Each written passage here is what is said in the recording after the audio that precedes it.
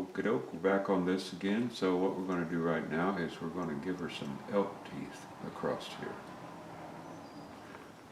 Now, like I said, I did the same thing here, sort of my version of elk teeth. Okay? So what we're going to do is first, I found my awl. As usual, it was right in front of me. So let's, first of all, let's get rid of these, a couple of these anyway.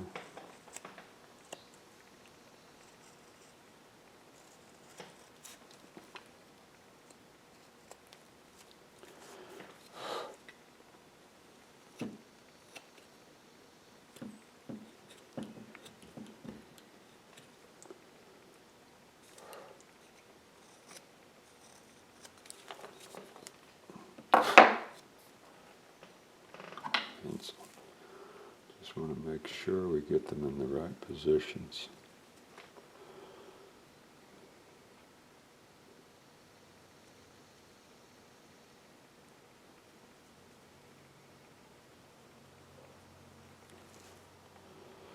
And I don't like that. Let's see here.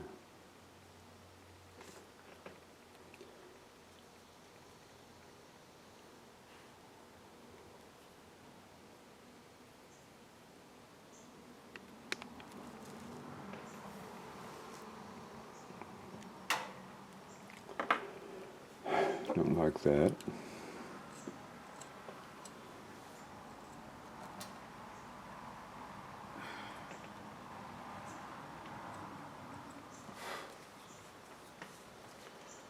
I always carve off the pencil marks because if you don't happen to get all of them completely off, they'll show back through when you paint.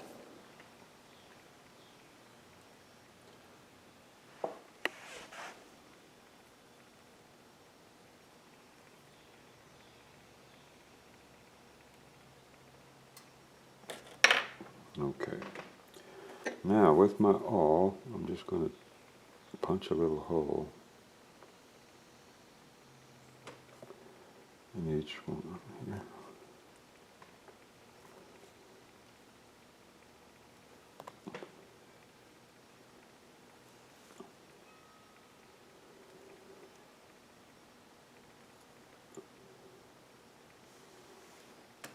Like that.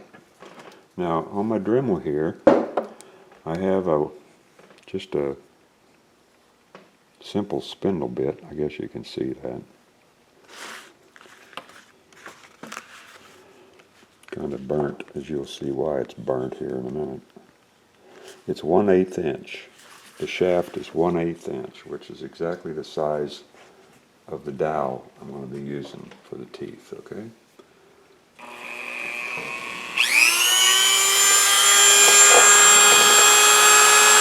So I'm going to drill straight into the body.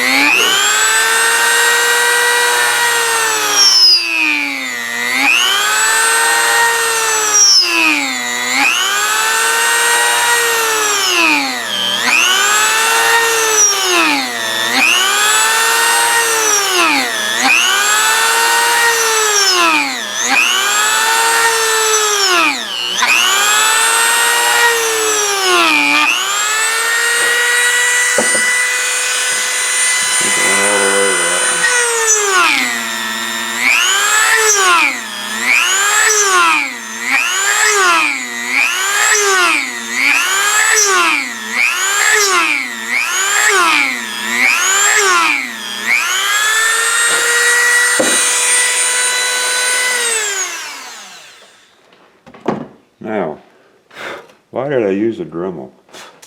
All this burnt stuff. Because if you used a drill, when you first, let me show you there.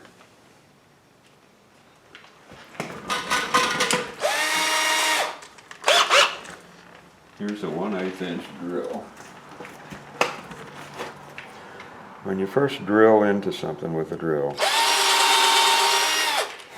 See how it tears the wood? Well, with that Dremel, it didn't do that at all.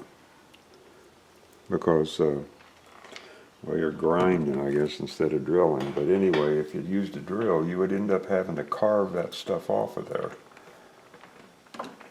And although you can do it,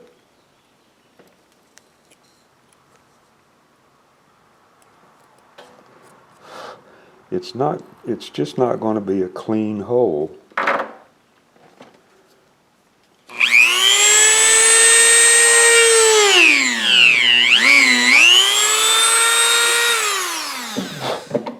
Like the Dremel makes. Is there a nice clean hole? Ragged hole. So that's why I use a Dremel. Now with 1/8 inch dowel, which I could get right over here. Just a piece of 1/8 inch dowel.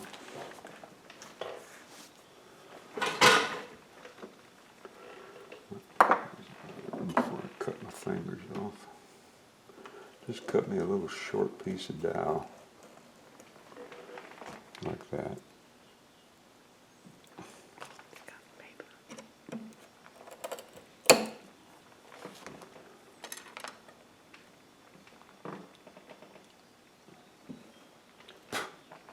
Well, actually, I think I'd better cut a longer piece. Let's cut one out like that.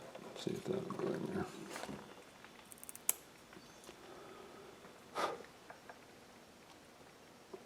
And we'll put that on there.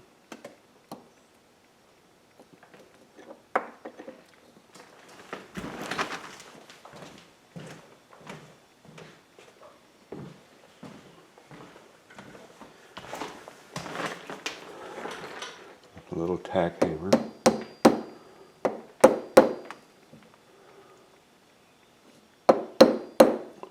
We just want to stick it out just a little bit, just like that, okay?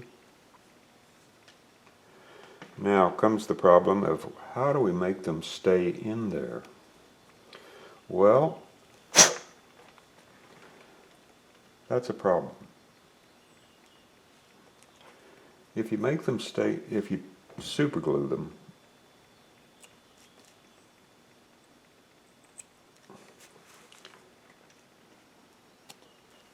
what I'm doing here is cutting off the edges of them, kind of round them out.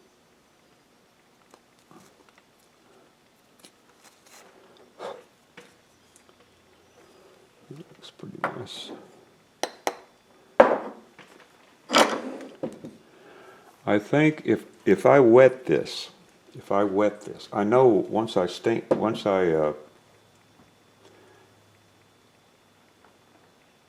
let's go back a minute. If you super glue them, you're going to get some excess super glue around that.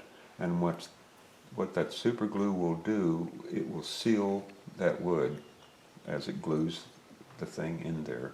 It'll seal the surrounding wood just a little bit. And then when you apply the paint on the super glue area is not going to match the paint on the raw wood area, to where you will have to lay the paint on, go back and lay the paint on real thick, and it's just hard to match it up. So what I generally do is I just generally leave it alone. If I can get them knocked in there far enough, as I just did, once I wet the wood, that wood is going to expand a little, and then it's going to shrink. So when I'm painting wet, it will expand a little, but those things aren't going to get loose. I'm pretty sure they're not. And after I'm through painting, the wood's going to shrink back again. And then when I put the varnish on it, that varnish is actually going to seal those teeth into that, into the position that they're in. So anyway, what we'll do is you just continually, cut you off a piece.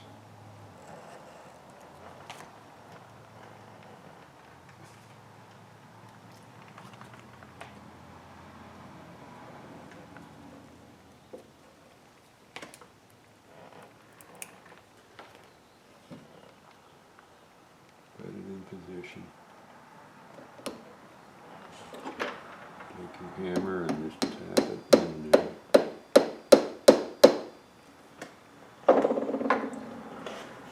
And then again.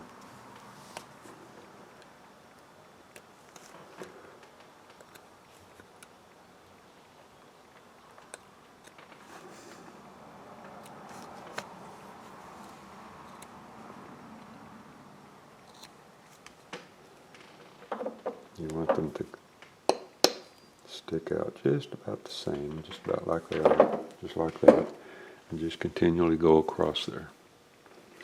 And that little dark line around them is going to help set that thing off, set them off just a little bit, as you can see it here. See the little dark line? It saves you from having to use a burning tool, as I like to do, in the other areas to emphasize the shape and separate them from the other colors. Okay? So that's how I do elk's teeth. Now, they don't look like elk's teeth. Don't get me wrong. It's about as close as we can possibly get. Let's just see if I can find some elk's teeth in here.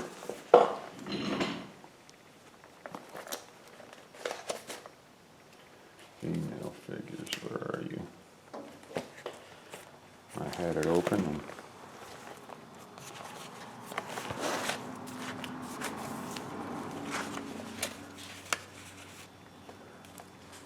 Here's one where they just used beads. Well, you could use that if you wanted to, you know. You could just paint them a different color.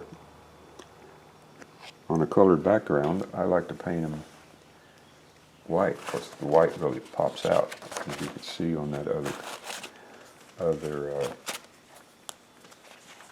carving. There, they used beads again there. We're looking for elk's teeth.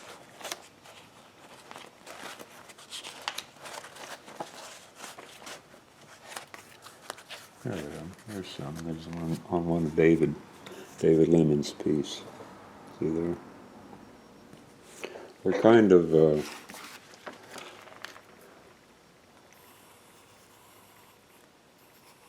shape like that, and they drill a hole in them right there, and then they sew them to the dress by going that way and that way with the thread or rawhide sinew, like that.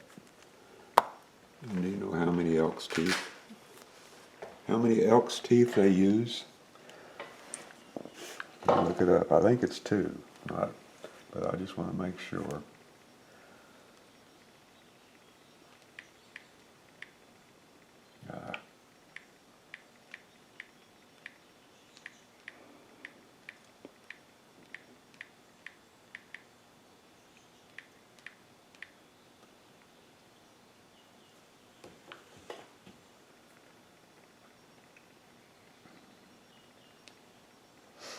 Two.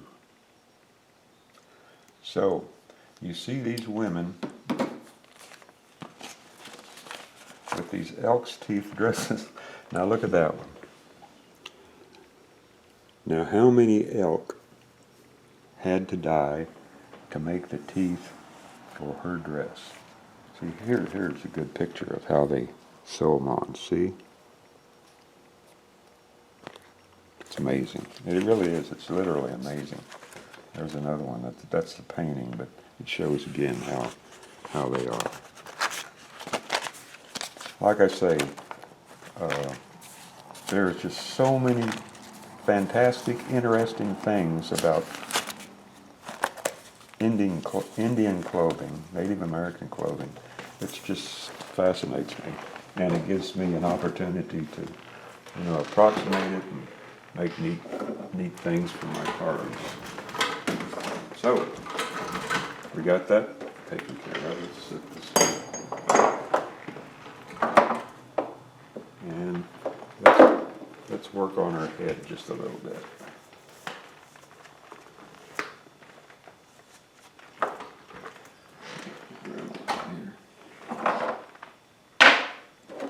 Just about cut my finger earlier by How do you cut your finger? By not taking the necessary safety precautions. I didn't put on my thumb protector as I was cleaning up around here and naturally slipped. Fortunately, I caught it before it actually cut my finger, but it's just not worth not taking precautions.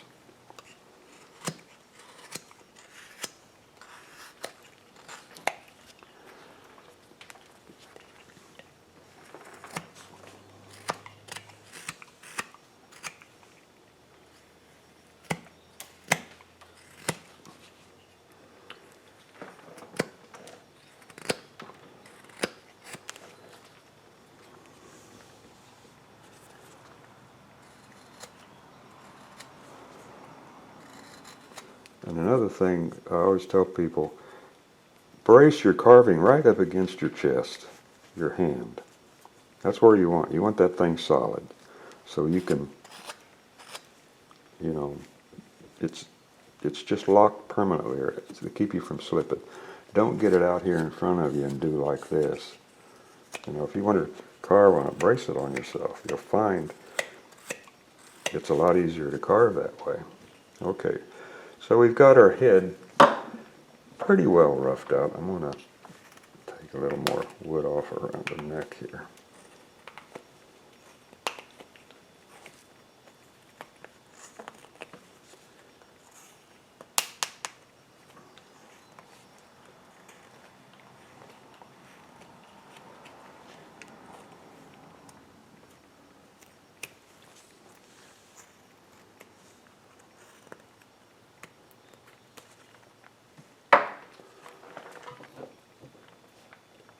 Okay.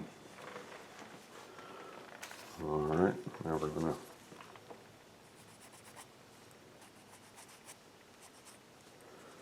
draw a line across there.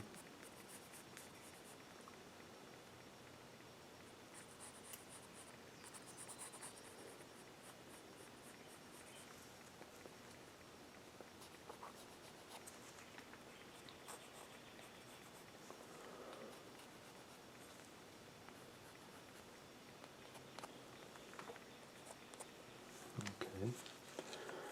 And right down here, I'm going to go in like that and come around.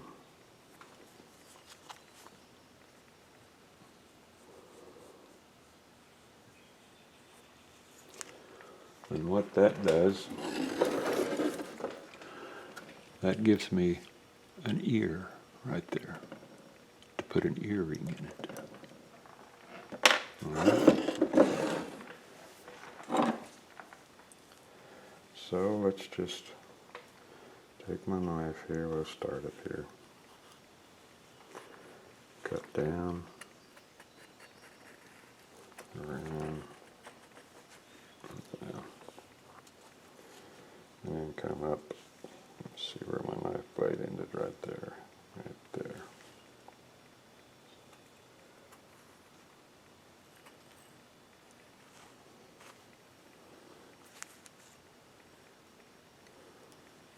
And match up, just like that.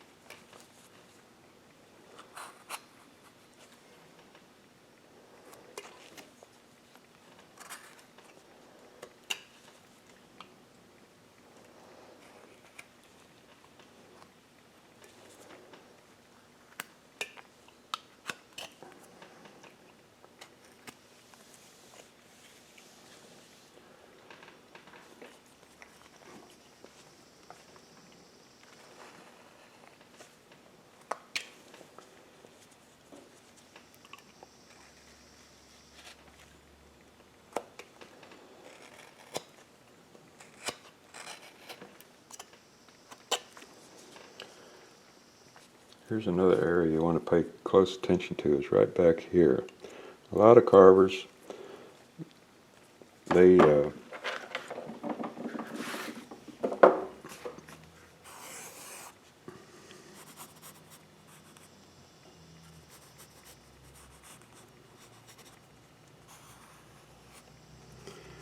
carve their heads like this, with the neck thick as heck. You got to remember, the skull, it's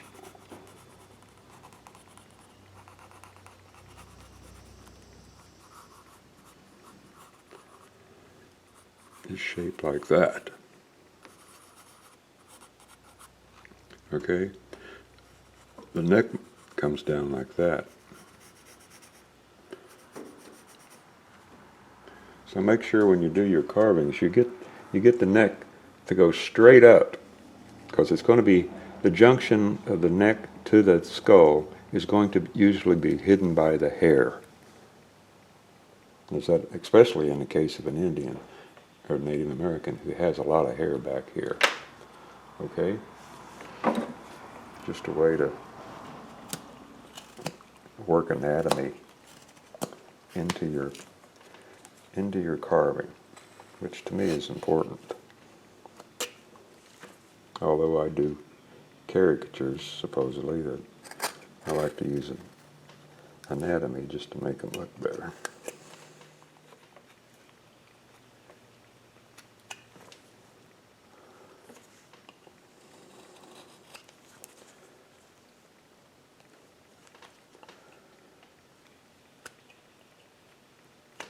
Be careful there.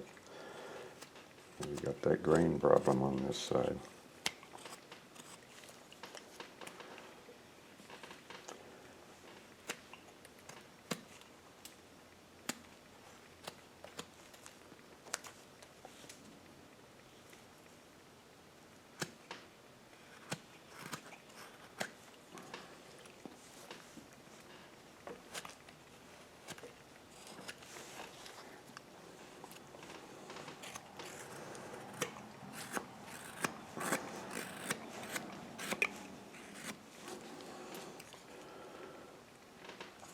I'm not trying to do facial features yet.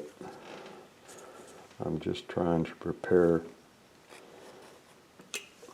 the canvas for them. A lot of people get tempted, oh boy, let's get up here, let's do these eyes first before they've done anything else. Now, another thing is on the hair. The hair flows. So you don't want it to look like a wig. Just by putting a little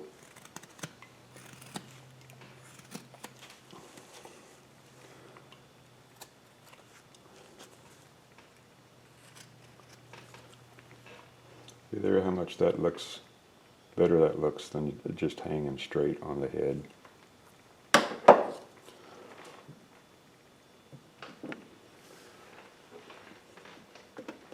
There, she's starting to get some character now.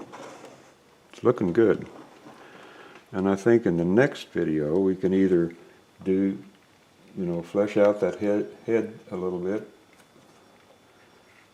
Want to take her time up there because that's a critical part. Or we can just totally finish the dress here by putting in some detail down here on the bottom of the dress. What was that for the pie window? The guinea? We got guineas running around here. So I think that's going to do it for this video. Hope I helped you out, answered you some questions, and showed you a way to do things a little easier. And don't forget to hit that subscribe button down there at the bottom of the screen. And in the next video, we'll take it a little farther. So until then, I'll talk to you later.